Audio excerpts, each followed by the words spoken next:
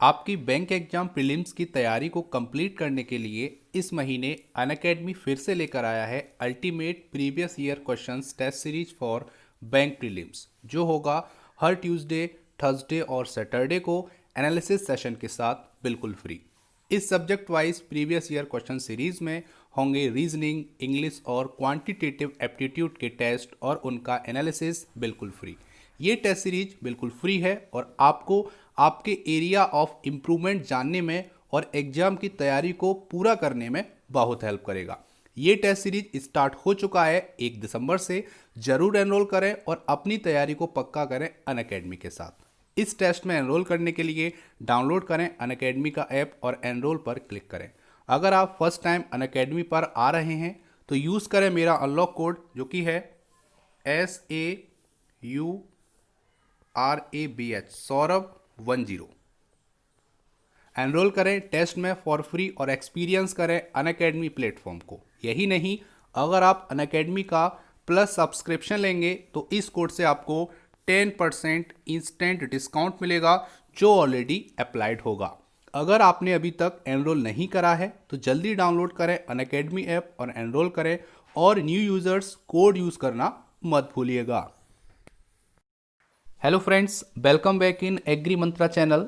आज हम बात करेंगे 7 दिसंबर 2020 के इम्पोर्टेंट एग्रीकल्चर करंट अफेयर्स, जो एग्जाम के पॉइंट ऑफ व्यू से काफ़ी इम्पोर्टेंट रहने वाले हैं। इसीलिए वीडियो को एंड तक जरूर देखें। उससे पहले एक इन्फॉर्मेशन, अगर आपने अभी तक हमको सोशल मीडिया प्लेटफॉर्म पर फॉलो नहीं किया है तो कर सकते हैं। वहाँ पर आपको latest agriculture current affair dose, PDF notes और इम्पोर्टेंट वीडियोज़ के लिंक अवेलेबल होते रहते हैं। आज के सेशन में बात करेंगे भारत बंद, farmer in India call for a nation wide shutdown on December 8। तो यहाँ पर 8 दिसंबर को किसान यूनियन और किसानों ने आह्वान किया है भारत बंद का। तो यहाँ पर जैसा कि आपको बताया, पिछली 5 मीटिंग्स हुई हैं किसान यूनियन और गवर्नमेंट ऑफ इंडिया के बीच में, लेकिन कोई भी रिजल्ट नहीं आया है, जिसके फलस्वरूप यहाँ पे 8 दिसंबर यानी कि कल भारत बंद का आह्वान किया गया है किसान यूनियन के द्वारा, क्योंकि अभी तक कोई भी रिजल्ट उन मीटिंग से नहीं आया है। यहाँ पर किसानों की जो मांग है वो ये है कि आप 3 बिल जो पास किए हैं, जो सितंबर मंथ में पारित किए गए, उनको वापस लीजिए, उनको रद्द कीजिए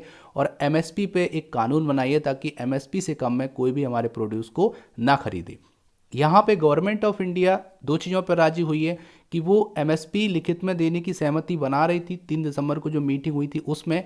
दूसरा, उन्होंने कहा है कि जो एग्रीकल्चर बिल हैं उनको हम वापस नहीं ले सकते हैं, उनको केवल हम संशोधन कर सकते हैं उनमें। लेकिन यहाँ पे जो किसान यूनियन है वो संशोधन के लिए राजी नहीं है, और यही कारण है कि कोई भी रिजल्ट अभी तक उन मीटिंग्स का, उन वार्तालाप का नहीं आया है। और यही कारण है कि अब 8 दिसंबर यानी कि कल भारत बंद होने जा रहा है, जो कि आह्वान किया गया था किसान यूनियन के द्वारा 3 दिसंबर को। ठीक है, तो यहाँ पर बात करेंगे तो यहाँ पे इतना आपको याद रखना है। अभी डिटेल में जानेंगे कौन से बिल हैं, कितनी मीटिंग्स हुई, क्या मांग है, सारी इन्फॉर्मेशन हम आने वाली स्लाइड में लेंगे।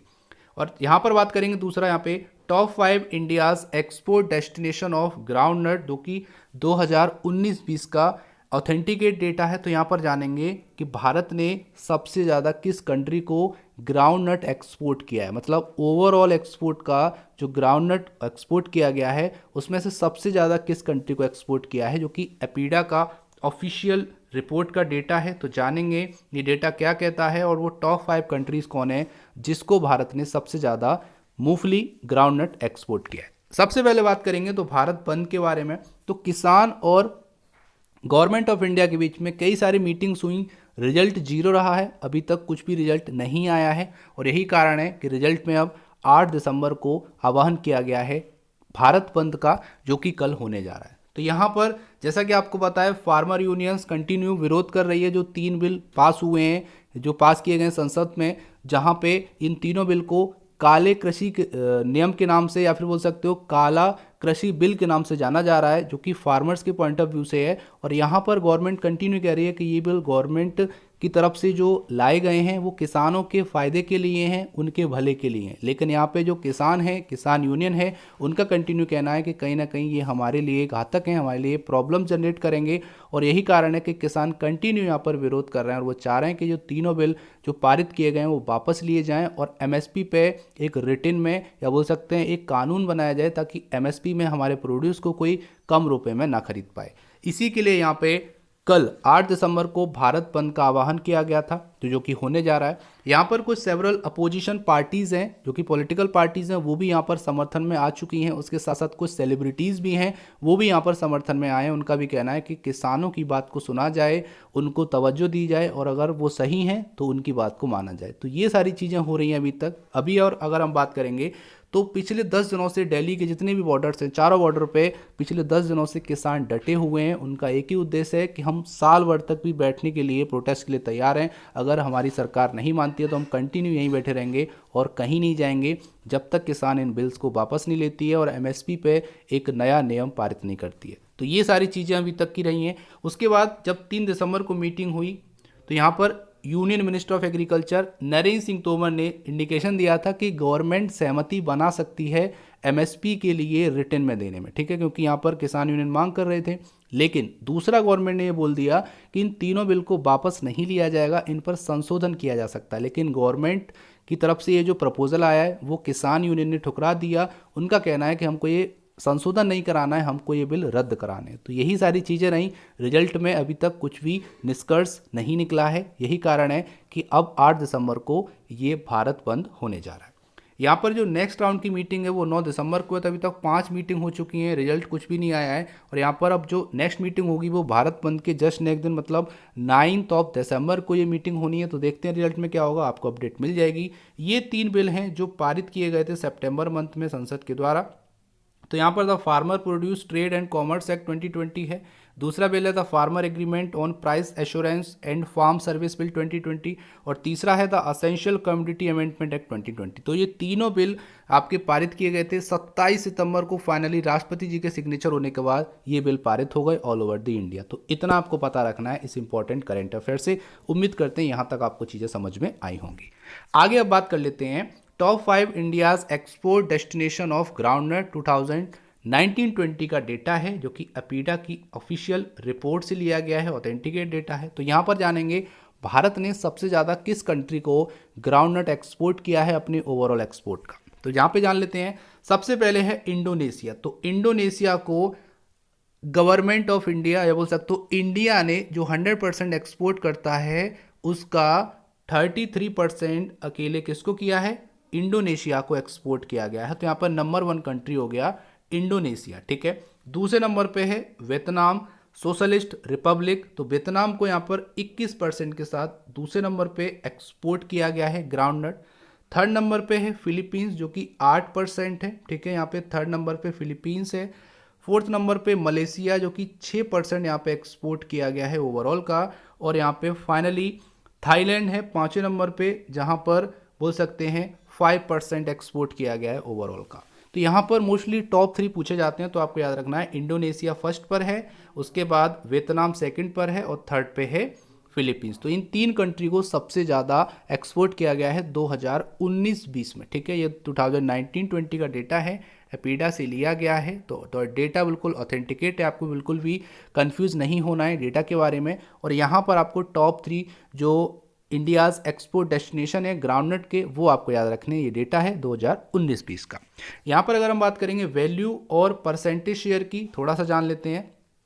इंडोनेशिया को जो किया गया है, यहाँ पर हम वैल्यू की अगर हम बात करेंगे तो लेके चलेंगे रुपीज़ के बेसिस पे, ठीक है। तो यहाँ पर 2019-20 में इंडोनेशिया को जो ग्राउंडनट एक्सपोर्ट किया गया था उससे जो रेवेन्यू मिला था वो मिला था 168,252.95 लाख रुपीज़, जो कि पिछले ईयर से 234.36% ज़्यादा की ग्रोथ देखने को मिली है।